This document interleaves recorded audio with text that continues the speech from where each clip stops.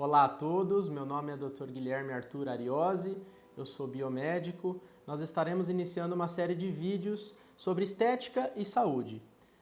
Eu sou formado pela Unesp de Botucatu, habilitado em patologia clínica, embriologia humana e posteriormente em biomedicina estética, área na qual eu também sou pós-graduado e com título de especialista.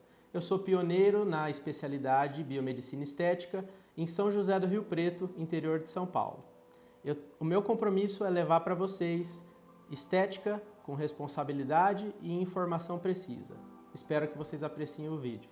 Hoje eu vou falar para vocês, de uma maneira simples, porém precisa, algumas coisas a respeito da legitimidade do biomédico e de outras profissões a atuarem com estética. Isso causa muita polêmica, eu recebo inúmeras perguntas, e-mails. Frequentemente, algumas especialidades tentam deslegitimizar a atuação de outras e o meu compromisso com vocês vai ser de levar uma visão não tendenciosa para que vocês tirem as conclusões de qual profissional está apto ou não a atuar com estética e até onde esses profissionais podem ir com seus procedimentos. Tudo isso para que você possa ter responsabilidade na hora de escolher e não comprometer a sua saúde. O primeiro item mais técnico que eu gostaria de compartilhar com vocês, mas de forma bem simples, é a resolução do próprio Conselho Federal de Medicina, número 1845 de 2008. O link vai estar abaixo no portal medico.org. Essa resolução, basicamente, diz respeito ao convênio que é celebrado entre o próprio Conselho Federal de Medicina, a Associação Médica Brasileira e a Comissão Nacional de Residência Médica, que em sinergia, essas três entidades são responsáveis por identificar quais são reconhecidamente as áreas de especialidades médicas reconhecidas e as suas sub-áreas de atuação. Bem como esse convênio também celebra não só o reconhecimento das especialidades e áreas de atuação, mas também como se dará o treinamento durante a residência médica, quais são os critérios para que o médico se torne um futuro especialista em algumas dessas áreas e, claro, o registro dessas especialidades posteriormente para cada um desses profissionais médicos. O que tem de interessante nessa resolução é que, por determinação, por pedido da própria Sociedade Brasileira de Dermatologia, que é uma das profissões que mais vem a público alegando a primazia e a exclusividade em alguns procedimentos estéticos, então, por determinação da própria sociedade dos mesmos, o Conselho Federal de Medicina, por meio dessa resolução, atendeu o pedido, que era um pedido para excluir das áreas de atuação do dermatologista as sub-áreas, ali de cirurgia dermatológica e de cosmiatria. Então, para você que é leigo, o que isso significa? A especialidade médica de dermatologia existe e é plenamente reconhecida. Só que dentro dessa especialidade médica, anteriormente existiam áreas de atuação que eram reconhecidas e não são mais. Dentre elas, a cirurgia dermatológica e a cosmiatria. A cosmiatria é o que mais importa para a gente. Por quê? A cosmiatria nada mais é do que a área de atuação do dermatologista voltada à beleza, voltada à estética. São os lasers, os botox, preenchimentos, enfim. E por pedido da própria Sociedade Brasileira de Dermatologia, essa área de atuação foi excluída do rol oficial, ou seja, eles mesmos reconhecem que o caráter do dermatologista não é para trabalhar com estética. Então você pode conferir esse dado no link que será deixado. Posteriormente nós vamos falar de outros pareceres que vão fundamentar essa linha de raciocínio. Modificando a Resolução 1845 de 2008, nós temos a 1973 de 2011, também emitida pelo Conselho Federal de Medicina. Porém, não há nenhuma mudança significativa. Então o entendimento nessa linha da dermatologia e da exclusão da cosmiatria como uma área de atuação que antes era existente, a linha de entendimento continua a mesma. Prosseguindo com a nossa fundamentação, nós também tivemos acesso à consulta 127.579 de 2009, feita ao CREMESP, Conselho Regional de Medicina do Estado de São Paulo, provavelmente por um de seus associados médicos. Naquela ocasião, a pessoa que fez a consulta objetivava ter um parecer técnico dos conselheiros sobre a divulgação do termo dermatologia estética em alguns de seus logotipos da clínica que ele possuía, coisas assim. O parecer foi claro e vocês poderão ver, né, no link que será deixado abaixo. O parecer veio no sentido de que dermatologia estética não deve ser divulgado, a especialidade é apenas dermatologia, ou seja, né, pessoal, fazendo alusão, fazendo referência que a especialidade deve tratar apenas doenças, já que os mesmos conselheiros também orientaram o médico a suprimir de suas publicidades a área de atuação dentro da dermatologia, que era a cosmiatria, aquela que a gente falou no início do vídeo, que visa o embelezamento, o tratamento meramente estético. Justamente eles orientaram para suprimir a cosmiatria, porque não é uma área de atuação dentro da dermatologia reconhecida. Quase finalizando, pessoal, ainda tem o despacho do SEJUR, provavelmente eu não sei o que significa a sigla, mas deve ser setor jurídico, do Conselho Federal de Medicina. Esse é o despacho de número 140 de 2016. O que dizia?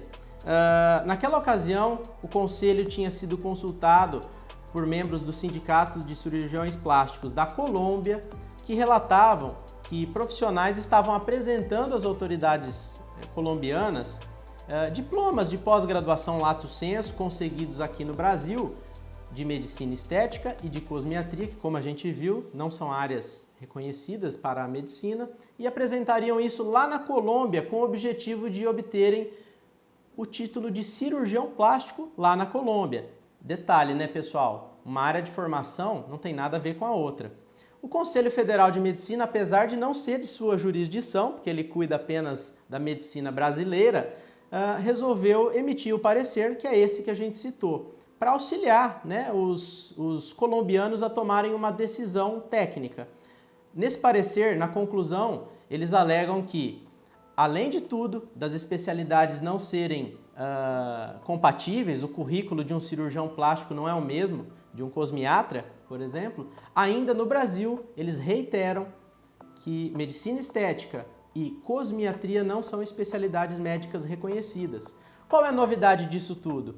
Isso é mais recente, isso já é de 2016. Até agora nós tínhamos falado sobre a deslegitimidade da medicina em exercer atividades relacionadas à estética.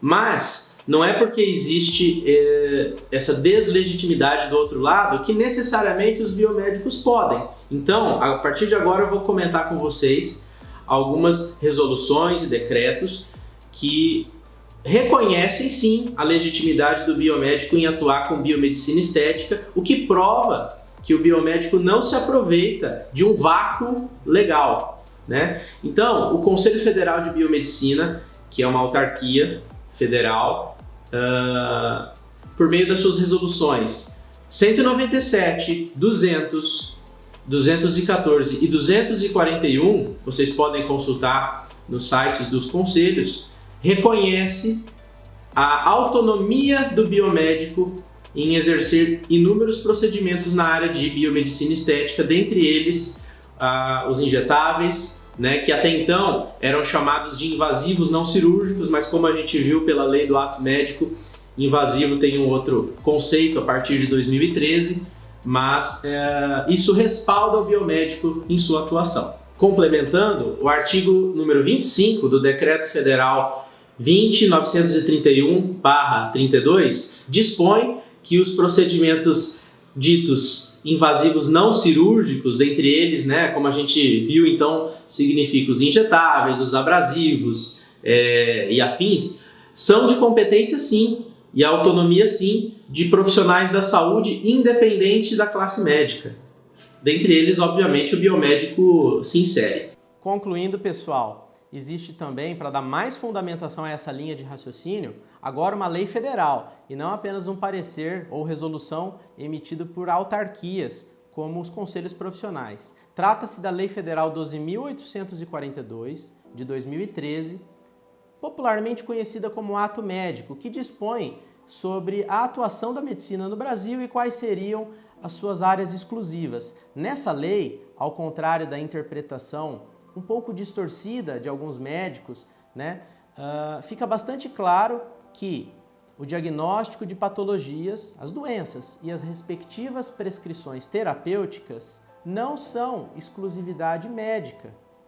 Então, além de estética não ser doença, mesmo que fosse, os diagnósticos das mesmas não é uma primazia, não é uma exclusividade médica, como alguns insistem em alegar, indo contra algo que está bastante claro na própria lei do ato médico. Continuando, pessoal, ainda na lei do ato médico, eles conceituam para fins legais o que é procedimento invasivo, porque esse conceito dá realmente alguma confusão, porque no senso comum o paciente pode pensar que uma injeção, um botox, um preenchimento configura um ato invasivo. No senso comum eu até concordo com você, mas para fins legais eles conceituam na lei do ato médico o que é ou que deve ser considerado como procedimento invasivo. E as injeções são claramente uma exceção a isso, contrariando, portanto, o senso comum.